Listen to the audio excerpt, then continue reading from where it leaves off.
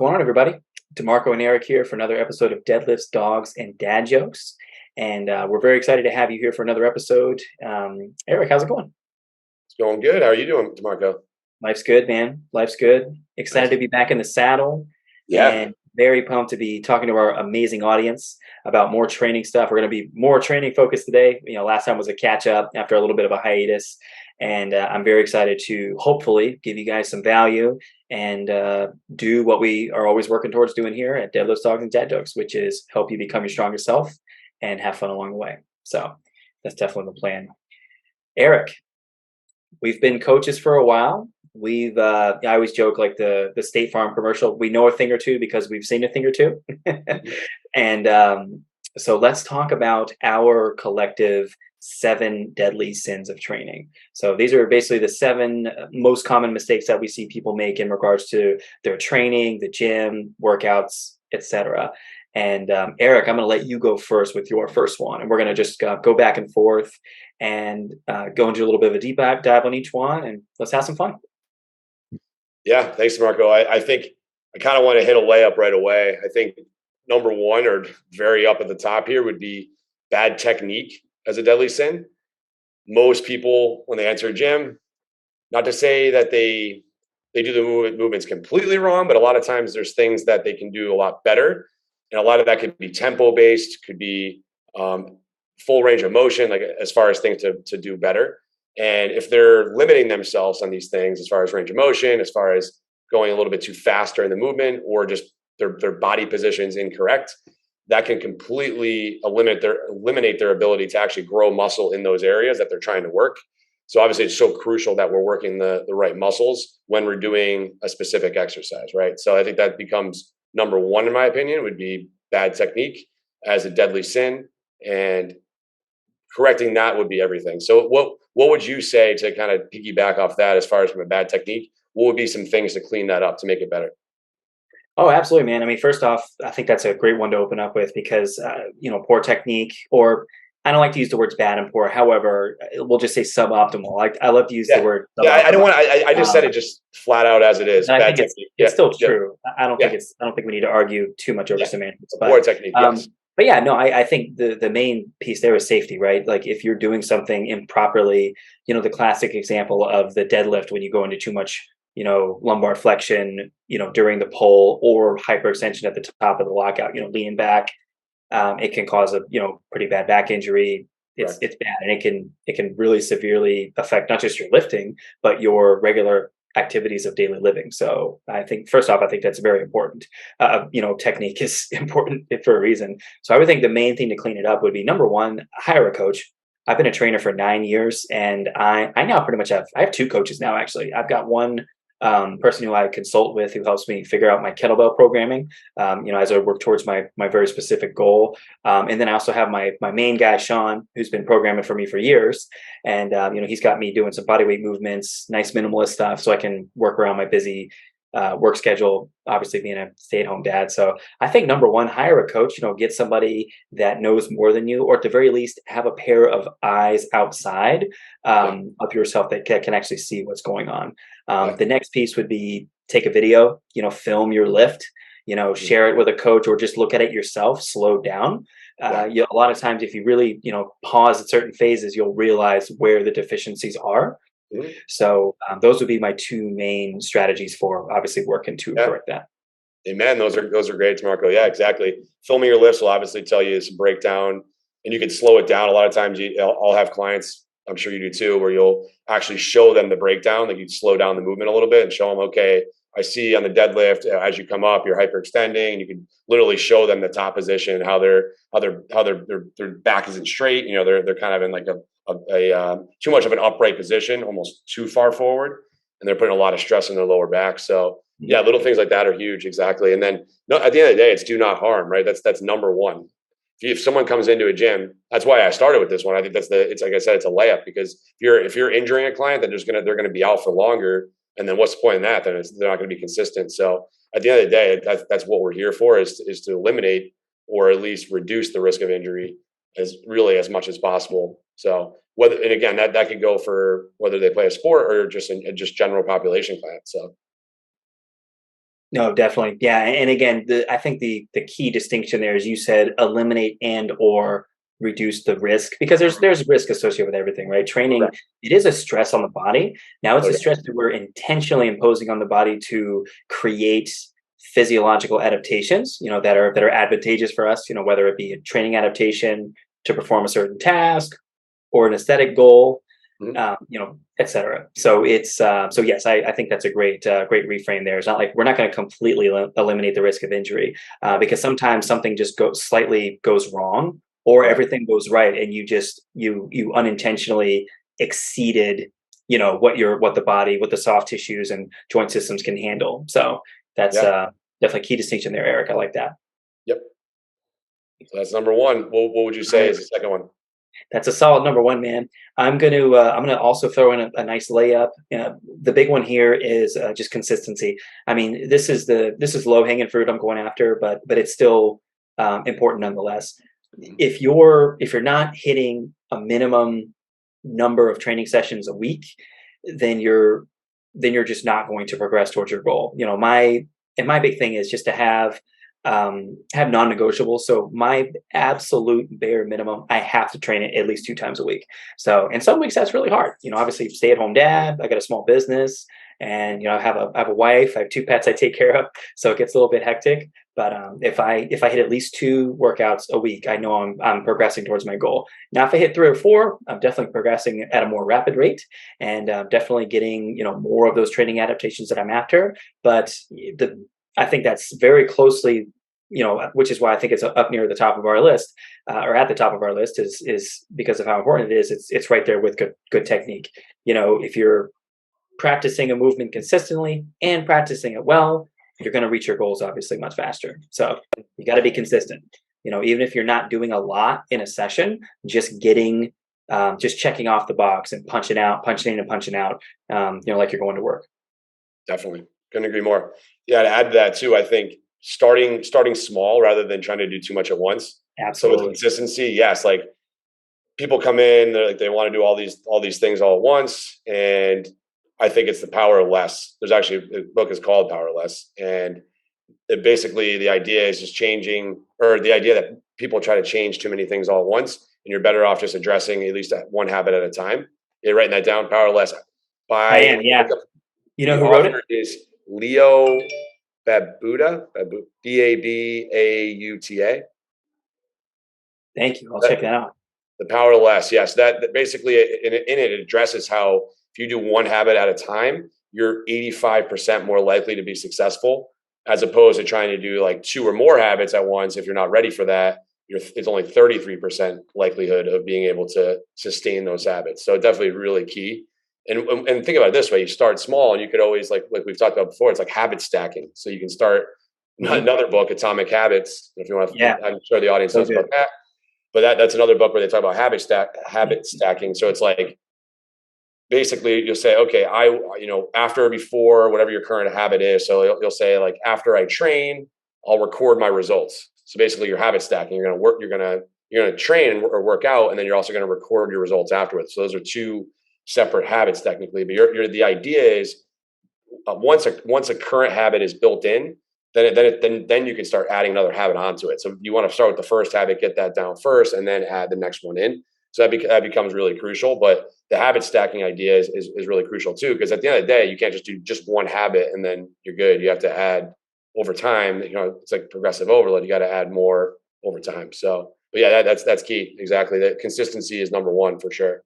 As far as I say number one, it is actually number one in comparison to even poor technique, because if you're not consistent, then it's not going to, none of that's going to matter. Yeah. So number three, Number 3. I'm going to go with making aesthetics the only reason that you train. Yeah. I think I don't. I mean, I'm going to be to tell you one of the first to tell you that, or one of many to tell you that most people when they first start working out, that's what their goal is: lose weight, build muscle, just the basic goals. I think that's where like the power of why becomes important, and understanding, okay, keep digging deeper. Like, why do you want to exercise? Insert your goal, whatever that is. A lot of times people are going to say they don't like the way they look, or they want to look a certain way. and then they say they want to lose X amount of weight, and then you can keep asking why. Like, why do you want that particular weight, or why has that been a trigger for you in the first place? And then a lot of times you can kind of get to the root reason, and then a lot of times it's more even basic of like, you want to feel empowered, you want to feel confident in the gym. So I would say the idea of more, and we've talked about it, the performance idea is probably really key. Is just finding some, we'll say, exercises that you like, or at least semi like, because you gotta want to come in there and do it. But I think a lot of times, like, it might take a little bit of time to come up with a goal. Like, I think aesthetics is probably the surface level where most people start, like, as far as, because they just don't, that's all they think with exercise. But then you realize there's so many other things. I think about it, it's like, it's a good marker as far as of your health and longevity. So if you're consistent and you're exercising, yes, like, aesthetics are probably like the first thing you think about, but a lot of times you feel better first before the looks even come into play, if that makes sense. You know what I mean? So usually, as you know, it usually takes 3 to 6 months for really any sort of like substantial change to your body. So a lot of times it's just like, I feel better, and then eventually you start eating a little bit better, and then a lot of times your sleep might improve a little bit. So these are kind of like psychological things over time that'll happen, or things that more or less come over time. So again, it kind of goes back to just having a goal, but not always just be like for looks per se. Try to find some sort of outlying thing that you like, whether it's a performance based goal or some sort of just like health marker goal for yourself. So I would say that's a pretty key one too. Yeah, no, I think that's great, man. And not to knock the bodybuilding style training, because it obviously gets results. And if that is your goal, obviously you're going to get up on stage and compete. Then you still should focus on movements. Obviously, you still want to make sure you're training for performance, and having a well-rounded approach to your training. But obviously, aesthetics will be more of a focus. If you're Yes. on that kind of a training track. But yes, no, I that's one of the biggest mistakes I made when I first started training, was just that old school bodybuilding bro split, chest, shoulders, back, legs. And as a result of that, I was only doing, squat, deadlift type movements only once a week. Yeah. And definitely wasn't getting enough of a training stimulus. When you're young, obviously, you've got a lot of variables on your side, more free flowing testosterone, and your recovery is just more rapid, Mhm. yada yada yada. But I again was definitely missing out on a lot of gains, particularly in the strength department, when what just wasn't training the movements enough, with enough frequency to get more like good long term goals. When you're a newbie, obviously you can do any training plan and you're gonna get rapid results, because you have what we call Yeah. the newbie gains. You get the crazy CNS neural adaptations that happen very rapidly within those first couple of months, which are crazy. You're like PRing every single week, but it doesn't last. You Eric and I'll tell you, we've been in the game long enough to know that that's definitely not going to happen long term. Competitive athletes will reach a point where they'll be happy, if they gain 5 pounds, of a PR on a lift, when they reach a certain point in their career. Yeah, and I think too, like you made a good point with the training stimulus thing. That's really really crucial too. Yeah, I mean, like you said, anything you do will work, especially in the beginning. And aesthetics, like I said, that's a main driver for a lot of people. But then when I think people realize, okay, like if I can feel just better by doing exercise in general, and then like I said, you can really have, like, I always think, like, you want to find maybe, I don't know, like 4 to 6 movements, I would say, like per phase or per block, maybe every 4 to 6 weeks, that you really want to hammer away and get really good at, in my opinion. And then a Yeah. lot of times it speaks for itself. So if you get really strong, and Ben Bruno always, like, go back to Ben Bruno, he loves rear foot elevated split squats. He loves chin ups. What's the other one? I'm missing a couple of them. Trap bar deadlift. Yep. And I want to say, I mean, he loves like single leg exercises. I know a lot, and then he explores other things too. But I guess what I'm getting at is like finding a couple exercises as like your barometer. Like, am I getting stronger in a lot of these movements? And then if you are, a lot of times aesthetics speak for itself. You know what I mean? Like, if you're, Yeah. and that's where having a hire a coach. If you're consistent with, like, okay, like you make sure you check the boxes, like you're doing, like you had said, movements. You're doing like a hip or knee dominant movement. You're doing some sort of pushing and pulling. And you're doing some sort of core movement, and you're checking those boxes as far as like that exercise barometer of like, I'm getting better at those movements in those those subcategories, you're bound to make progress. And then, like I said, I think, like I was sort of mentioning, is over time you might come up with something that you really like. Meaning, like, okay, maybe I hate rear foot elevated split squats, but I like walking lunge or whatever. You can start to like switch it up a little bit to your liking. But I'll be the first to tell you, like, I did a lower body day today, and I'm front squatting, I'm deadlifting, I was doing walking lunges. It sucks. It's not easy. Like, I say it sucks. You feel so good afterward, but like during it, it's freaking hard. So, but I also think, like, with that pain, you feel so much better knowing you did it, and you usually feel a lot better afterwards. So there's a lot of upside to it if you stick to it, and obviously you're doing things well and progressing on them. So yeah, no, I think that's great. No, I honorable mention, and we can use this to kind of close off the number 3 with aesthetics only. Skipping leg day, like, come on, that's a lot of guys focus on upper body. They want to do, chest, shoulders, back, and arms. And it's not only is it silly, it reaches a point where it's like, dude, come on, you're like super top heavy, and aesthetically it just looks silly, but you're also missing out on so many gains, and you're long-term, you're definitely setting yourself up. How it is. You know how it is, Marco, right? If you're doing a lot of legs, like, obviously, again, it's going to boost your testosterone. You're going to actually improve other lifts by doing that, right? If you get better at squatting or deadlifting, like, your back's going to get a lot bigger if you're deadlifting and getting stronger there. Also, same thing with a squat. Your back's going to get stronger. Your arms are going to get a little stronger. Your shoulders are going to get a little bit stronger. So, like, core is going to get stronger. Everything has to work synergistically throughout your body as you do a lot of those movements. And I always tell people there's a reason why these are freaking hard. Like, a lot of the leg exercises that people don't like tend to be some of the best movements you can do for yourself from a standpoint of longevity, but also like aesthetics and performance and all that other stuff. So they all kind of go together. It's like a tree branch. They kind of all connect in some way. So. Oh, definitely. Go ahead. No, I mean, I was just saying, like, that. I wish I kind of bypassed that. I guess for anyone new to working out or exercise, I think that's one thing I bypassed is I would skip leg day, like in high school or even early college. Like, I don't think I really squatted or deadlifted until probably like a junior or senior year of college, as far as consistently. Yeah. Mm-hmm. I mean, don't get me wrong. Like, I was doing some squatting and stuff like that in high school, even deadlifting, but very minimal. I think maybe, like you said, once a week, maybe. And I wasn't really too curious about correcting my technique too much. It was like, I just see other people doing it, and I would just kind of copy what they were doing. So I wasn't really conscious of that stuff. So it definitely makes a big difference.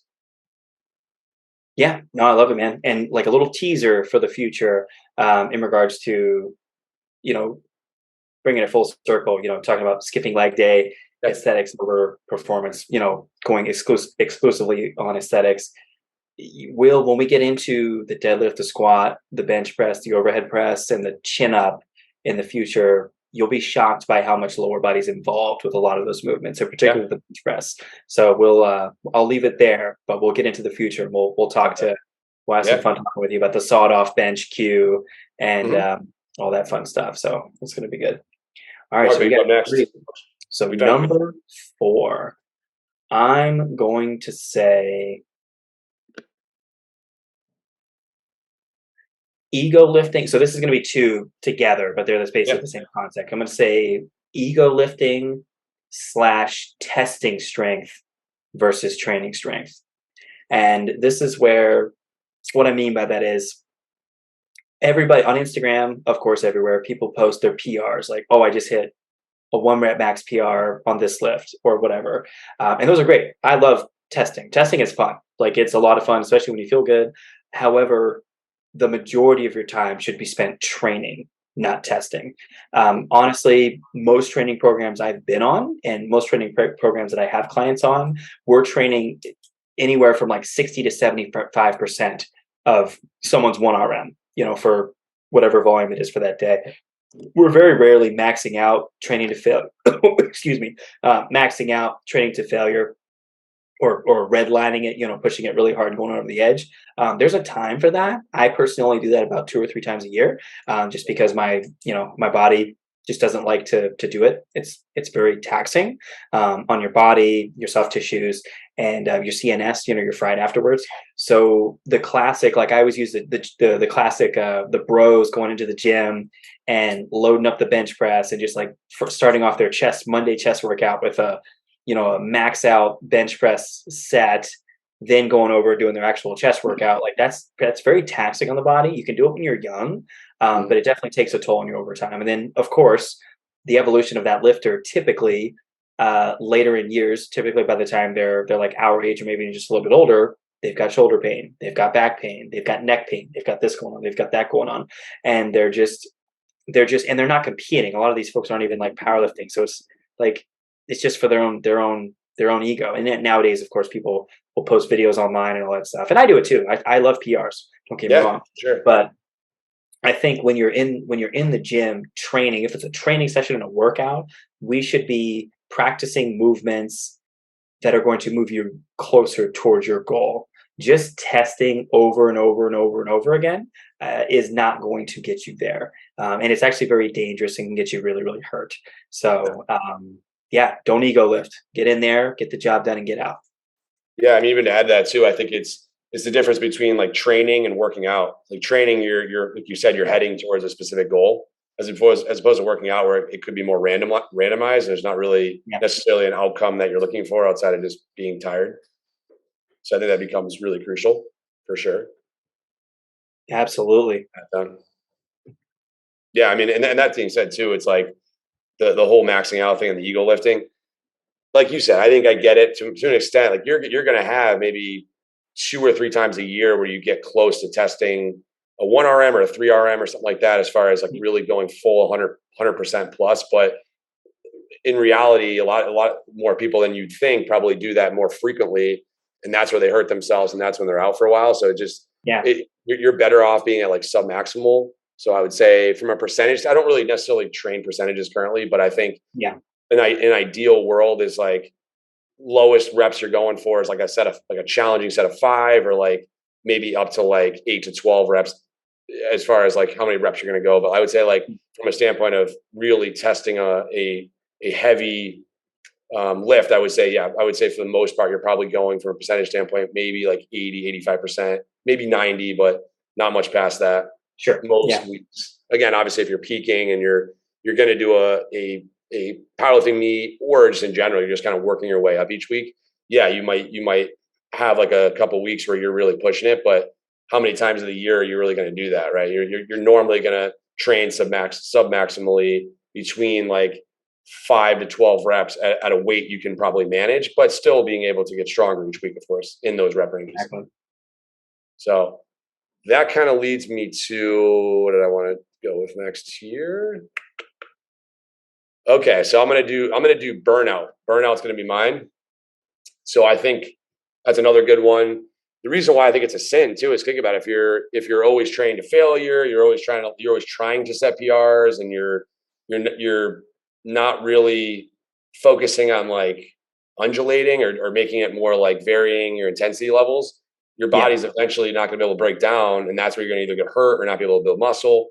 And then Jay Ferrugia says all the time, stimulate, don't annihilate. Like stimulating the muscle is great, but you don't want to annihilate. You don't want to continue to annihilate it every single week or every single day. So I think more people than not do the all or nothing approach, where they try to just crush their bodies every time. And I'm sure you fell victim. I fell victim to it periods of my training. And sometimes it's like you back to the ego lifting. It's the same idea, but I think you're better off thinking to yourself, okay, if I focus on just having more of a program where I build up slowly each week, by design, it's almost like I'd rather have somebody do a little bit less in the beginning. You know what I mean? Someone that's new, I'd rather have them do less of a training stimulus in the beginning, because their bodies will make change just by doing things that they're not normally doing. And then you can slowly build and get them stronger each week. And then eventually you can get closer to like you talked about, more of like a PR or like maximal reps or whatever. So, but yeah, in general, I would say most people will burn out because they're just doing too much right away, not sleeping well, they're stressed, and all these things kind of all combine together. And then that's where their bodies crash. And it's so hard for their bodies to kind of make change, right? So their metabolism will be all over the place, and they're stressed all the time. So they're not sleeping well. And like I said, they're training too hard. So their bodies never really have a chance to actually recover and get better. Yeah, no, I think that's a great one, man. And I couldn't agree more. And I feel like that's such a great follow-up to number 4, the ego lifting and testing versus training, because that's really what it leads to if you keep doing that, right? You keep going all out. You keep going to failure. Which, by the way, I don't know how you feel about it. I don't really train many people to failure. Like No. every like if it's like an arm, like biceps, triceps, maybe, but like no Yeah. compound. Yeah. I don't train compound lifts to failure at all. No, no. I You usually know, think like at least, I mean, 2 reps in reserve is probably the ideal situation. yeah, Like, that methodology, just work, knowing, yeah. okay, like you could probably perform 2 more reps and that is it. So I try to stop them almost sooner than that. And that's where Yeah. training comes into play of like, let's in the beginning start with a little bit less. That way we can make sure the technique is really good. And then you can start kind of adding the weight on each week, if that makes sense. So Oh, I've yeah. had a lot of success with people starting a little bit less in the beginning and then again, it's kind of by design to say to yourself, like, let's just get you really good at these skills first, and then we can start to like add a little bit more as you get more confident, as I feel like you're getting better at the movements. And then, yeah, and then that's usually where people get results, because then all of a sudden their bodies aren't broken down, they're not burnt out, and then they will hit PRs and probably consistently hit PRs for a while, because they started with a little bit less and they actually had a lot more room in the tank for future weeks, and then they were able to kind of grow or build off that previous week. Oh, absolutely. I mean, I can't tell you I've lost count of how many times I've started a new client on a program and they've complained to me after day one or day two, said, "Man, this is really easy. I think we need to really kick things up." And it's like, hang on, trust me, trust the process. Yeah, yeah, We'll progress. exactly. I'm not going to drop you in the deep end on day one. Um, Well, so, you know, yeah, no, I like that exactly. It's tough because you have to tell a client like, hey, look, it's just going to become challenging, but at the beginning, the weights you do, like they may not feel as challenging, but we want to just make sure you're getting good at the movement themselves. So it's exactly. the ideal situation is like, okay, if you're gonna squat, let's say, oh, like if you ask somebody, like let's say somebody that's been training for a little while, how much do you squat? They're probably going to tell you higher than what they probably could really do well for the most 100%, part. 100%.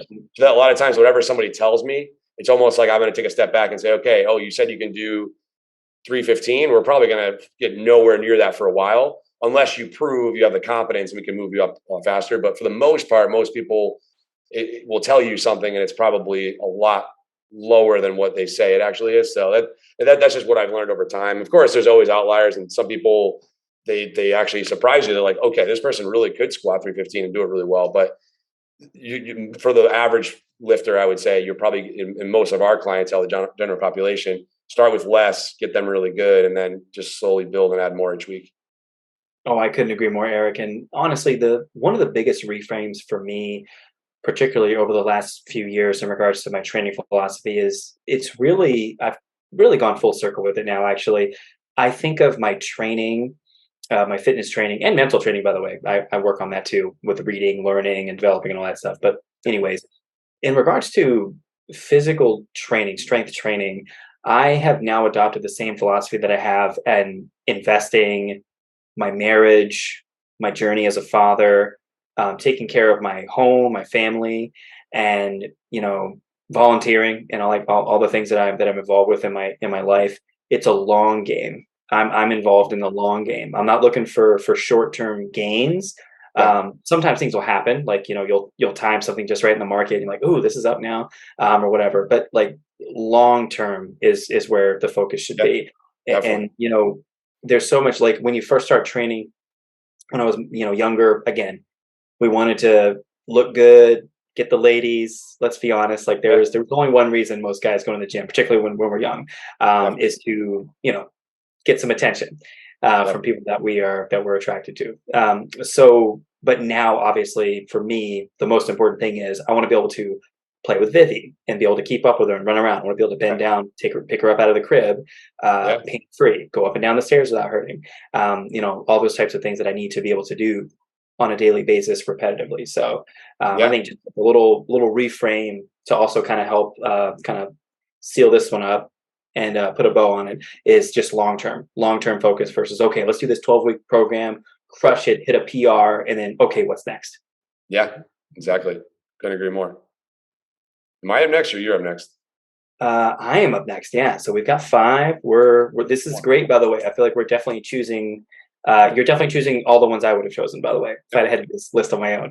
yeah, So absolutely. it's really, really good. I'm gonna choose another low hanging fruit one. I'm gonna say neglecting mobility.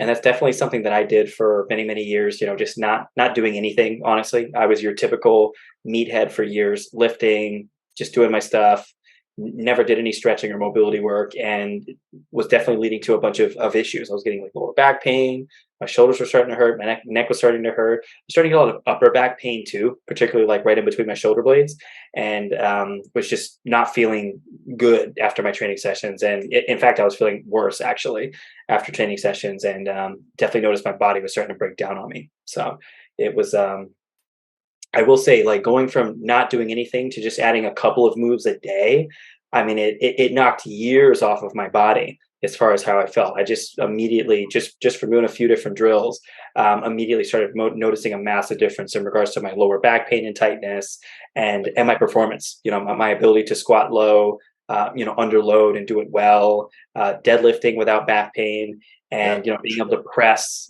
and without any shoulder pain. So it's low hanging fruit, and I feel like for a lot of people it's obvious, but I feel like it deserves a mention up there on the list. I think neglecting mobility is definitely a big no. Yeah, can you go through the list just because we have one more. I just want to make sure I don't repeat because it's easy to repeat it all. Yeah, Eric, come on, you don't remember everything? Try. No worries. Hey, no, it's good. And but no, so we've got, so number one is bad technique / suboptimal technique, consistency or lack of consistency, focusing only on aesthetics, ego lifting / training, testing versus training. Number 5 is burnout / overtraining, redlining too much. And then number 6, neglecting mobility. I mean, I guess you could stick to low hanging fruit again, trying to change everything all at once. Did we say that, or I know we kind of like sort of you alluded to it, but we haven't mentioned it yet. So yeah, I think I'm going to go with that because that just seems like it's the one that I see a lot. So to kind of expand in that too, I think that it goes across all realms because you need a lot of things to fall into place, I guess, to really maximize your results. So it's a combination of training consistently a couple times a week and repeating movements. I would say that's like number one, or at least from a standpoint of what we do. But then the tree branches that you need from off of that, or you need nutrition to be somewhat on point, right? That's going to be a driver as well. And then the lifestyle factors. So I think all three of those, but not trying to do too much of that all at once, if that makes sense. So being able to like take a little bit of each one. So then like for example, with training, let's stay consistent, consistency part. Goal is 2 times at least a week of training. Let's try to work on, with nutrition, we'll say we'll try to work on your water or protein, whatever that is. And then for the other, like the lifestyle, we'll say get out and walk X amount each day, 20, 30 minutes a day. That could just be a start. And then you kind of just, again, sort of like a training program, how you want to progress that over time. Then you can progress those 3 things over the course of a limited amount of time. Really, it just never really ends. It is. We're still kind of probably working on things. So it never ends, but you just find what those are for you, for all those categories, for training, nutrition, lifestyle, and then just continuously kind of one up over time or tweak. It's always going to be tweak, not necessarily overhaul. I think that's a big key there. Is it's like anything else. You want to like slowly make changes, because if you rapidly make the changes, that's usually when people can't stick to it, and then they go haywire and don't get results. They fall off the deep end and actually get worse. So I think that's really key, is slowly implementing these things and improving on them at your pace, but at a pace that's you're held accountable to that. So it's like, okay, you nailed these down. We checked off the boxes for the first 2 weeks. Now let's add on this, and this for the next 2 weeks. Yeah, that's great, man. That I think that's awesome. You definitely alluded to something where I feel like I want to throw in an honorable mention, because this one I feel like definitely contender for being on the list. And then I'll actually pair this with a book recommendation as well. So I think we're always dropping. We like to drop books. So you mentioned like total overhaul, trying to change everything versus like small little tweaks. Yeah, I think, and again, I mentioned this earlier a little bit when I mentioned like long-term thinking is. So the book, actually, I'll recommend the book first. So The Infinite Game. Have you heard of The Infinite Game, Eric? Yeah, I think I'm going to look at my notes. I'm pretty sure you talked about it maybe a little bit. Yeah. Give me a synopsis of it. What's the idea of it? So it's written by Simon Sinek, who also wrote Power of Why. the book we both love. Yep. Basically, it's a matter of a total reframe in philosophy in regards to like he talks about businesses, but it can be applied to many other things too. Fitness goals for sure, but basically just a more of a long ball approach. You know, thinking Yeah. about most businesses, like particularly ones that are traded publicly traded, they look at quarterly reports, right? They look at like how are the stocks doing? You know what? I'm going to show my ignorance in this world because I don't know a lot about it, but basically like what the shareholders made in that quarterly meeting or that semi-annual meeting or whatever. Yeah. That's a very finite way of thinking. We're like, all right, how did this quarter go? Okay, cool. Let's look at the next quarter, the next quarter, the next quarter. How are we doing this business cycle, this fiscal year, etc. The Sure. infinite game, the infinite game minded entrepreneur or lifter or investor or whatever, they're thinking about how, number one, how long can I stay in the game? Right. How long can I continue to train 2 times a week, or or keep maintaining my healthy lifestyle, or keep working towards maintaining a healthier lifestyle? How long can my business stay on the S&P 500 list? Yeah. Like that. That's awesome. Or just stay open. And your philosophy then it becomes more of long-term solutions and long-term strategies to stay in the game versus Right. okay, if I tweak this really quick thing here and Right. I rush this product development, I rush this thing out to market, we can get some quick cash flow, but it's not going to be a sustainable approach. If I Yeah. get on this supplement program, quote unquote, or do this really extreme weight loss challenge or extreme workout program, I can get really quick short term results, but I won't be able to sustain it long term, Yeah. and it's probably not going to be very healthy. Yeah. Not to get political, but a lot of analysts have talked about obviously the Federal Reserve, and we've printed lots of dollars, trillions of dollars Yeah. into For the sure. economy, and we're facing the effects of that. With inflation and a bunch of other things. It's again, I don't want to turn this into a political podcast because that's Yeah. honestly that's regardless of party because it happens under both parties. But anyway, the big focus here is like the infinite game. Simon Sinek argues is we're worried about the long term. We're trying to stay in the game as long as we can. We're not looking for quick fix solutions. Yeah. It's That's all awesome. about what can I do to keep going as long as possible. Yeah. Yeah. I put that in the show notes for sure. And then Atomic Habits, James Clear, just throw that in there again, I would Yeah. say. And Oh, then Atomic Habits is great. the Power of Less. I think those three are great. That's awesome. I'm gonna read The Power of Less. That sounds awesome. Yeah. That's been a big reframe for me actually with my training. Also, by the way, Yep. my program obviously I'm training for the Sinister Challenge, which is only 2 movements. You got to perform 2 movements under a certain time, uh, under certain time parameters. But I have noticed over the last few years I've been doing less movements, but I've gotten really good at those movements and I've been doing them better. And as a result of consistent training, practice, consistency, and making sure I'm getting my recovery in and practicing better nutritional habits, I'm able to perform those movements with pretty substantial weight now compared to obviously what I was doing before. So it's there's something to be said for a simple approach that's practiced with a long-term mindset. Yeah. No, it's great. I couldn't agree more. Yeah. I'm still in the process too. And maybe not for this episode, but I'll kind of go through some of my goals with you too. And I'm sure I'll talk to you off Yeah, air about it, but for sure, I totally agree with that. I think having the mindset of a little bit less over time, that's actually better. Like you said, you get really, really good at those movements or whatever you're doing. And it'll have a better long-term result from it. And like you said, it's something you can actually sustain as opposed to just throwing I think you probably have done this before too, is when you first started, you probably tried to do like too much and now you're like of condensed it a course. little bit. So Oh yeah, no, absolutely. It's the everything in the kitchen sink approach. Like we've all tried it. I've tried it with many other things, and it's again, it's initially maybe it's a little fun because it's like a bunch of novelty and yeah, and all that stuff. But it's just not feasible long term. You know, definitely.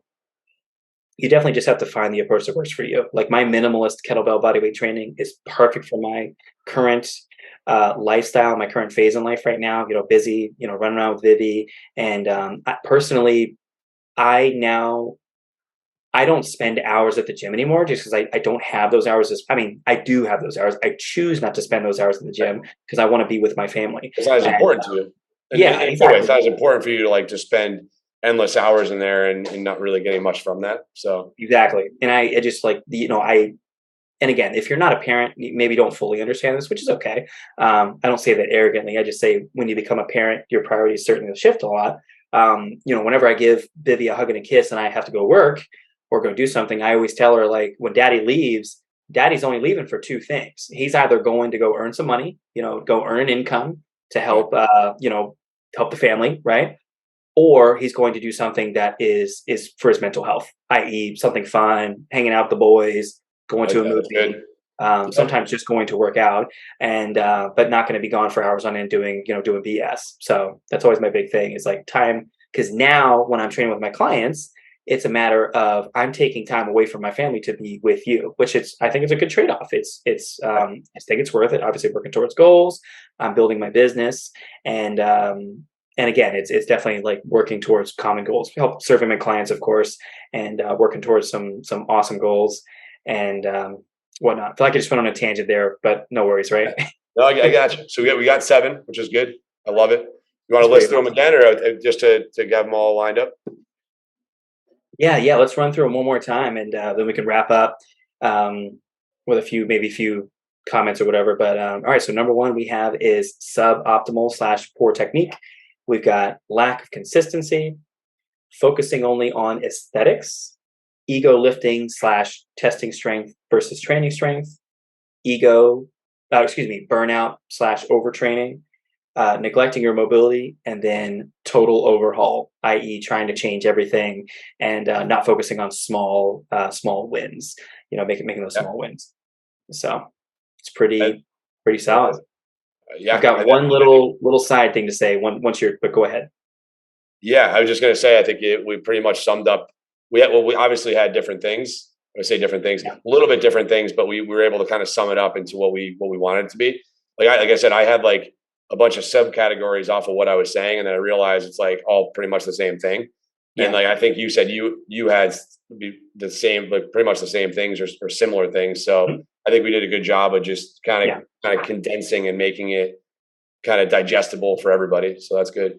Yeah. No, I mean that's again one of the main reason that I have you on the show with me, Eric, is we're on the big things, on the important things. I'll say our values definitely align as far as training, the reason we're doing it, what we believe in, Yeah, as far as like the fundamental principles. Obviously, like our tool of choice is a little bit different, for sure. and I don't think that really matters. Honestly, we both teach people how to do the same movements. We may just have a preference for one tool over the other. For sure. So, which again, I'm less and less concerned with that these days. If you're moving, you're having fun, you're being consistent, and you're reaching your goals, I really don't care what you use. I mean, if you, as silly as it's going to sound, I mean, if you're using a shake weight and you're doing a bunch of like shake weight exercises and you're having fun, you're safe, and you're reaching whatever goals you are with that shake weight, have fun. In all seriousness, I say that kind of jokingly, but also Yeah. in a serious way. People do like, we'll do specific programs with certain tools, and that's all they want to do. And there's a place for everything. So I definitely try really hard not to judge. Yeah. One reframe. So I'm going to selfishly use this time to create another piece of content because I was planning on I forgot to tell you this, Eric, but I'm going to start doing Monday videos again for YouTube. Okay. And I'm going to call them, instead of Motivation Monday, I'm going to call them Monday Meditations.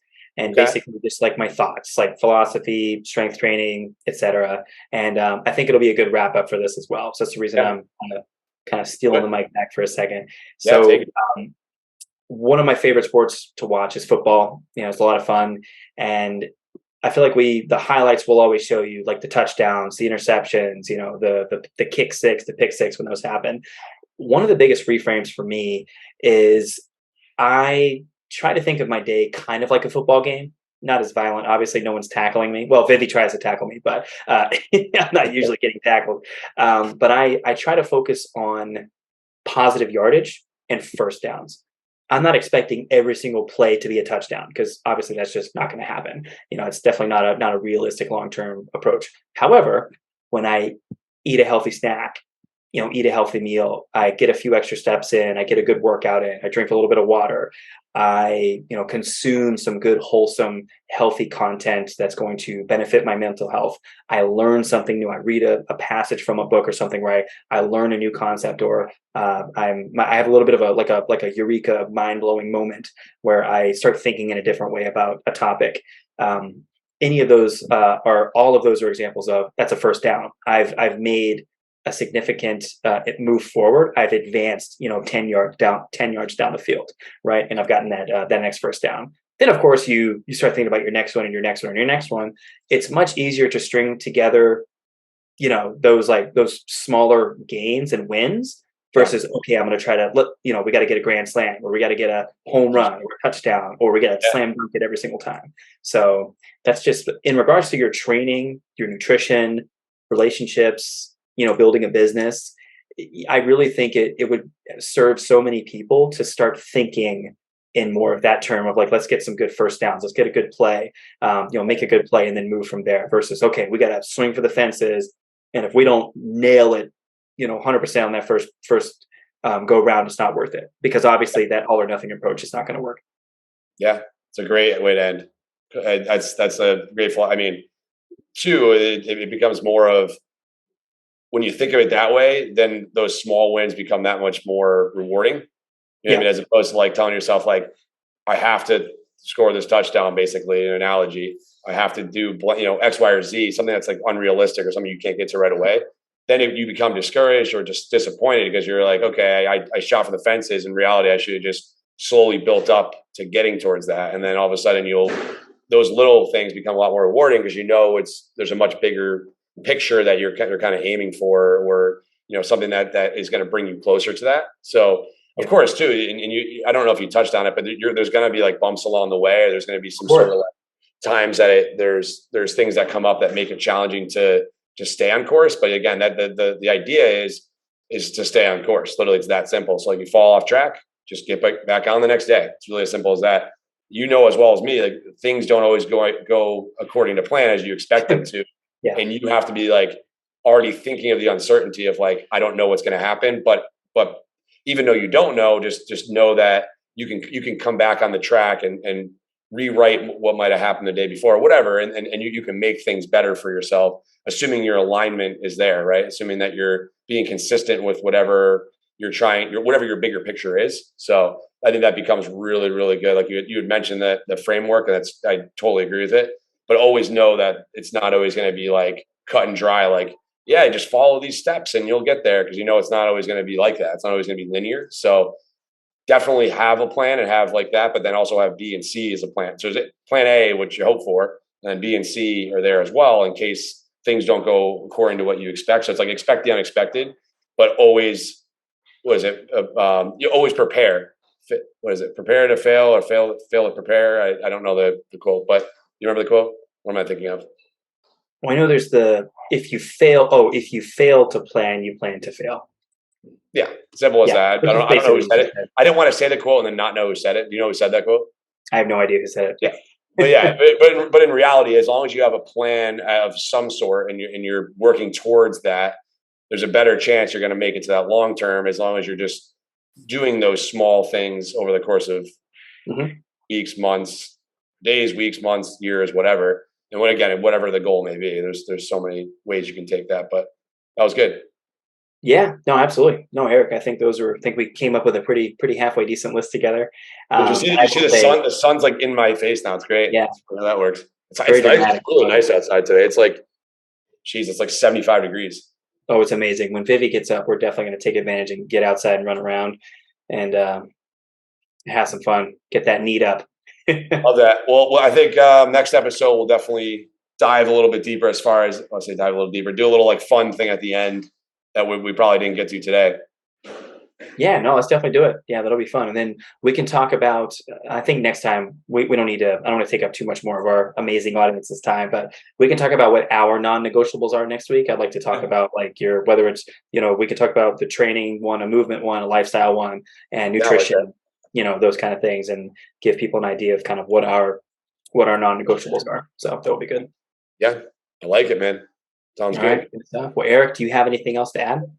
I don't. I think we covered a lot of ground. I agree.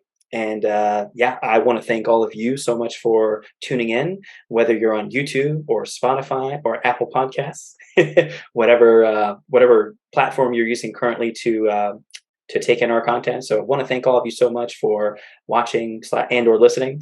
And we're so glad to have had you here. Very excited to be back in the game. We got a lot of great ideas for more fun episodes in the future. If there's ever anything you'd like for us to discuss, feel free to hit us up in the DMs on Instagram. You can leave us a comment, obviously on one of our Instagram posts or on the YouTube comments. So yeah, let us know what you'd like us to talk about. And that makes it easier for us to figure out what the heck we want to blab on about for about an hour. And again, appreciate all of you being here. Hope that hope we're leaving you better than we found you. Hope you learned something and you got some value from this content. And at DDDJ, we're here to help you become your strongest self and have fun along the way. And I feel like we definitely accomplished that here. So with hopefully some good mental reframes. And as always, remember, train your body, feed your mind.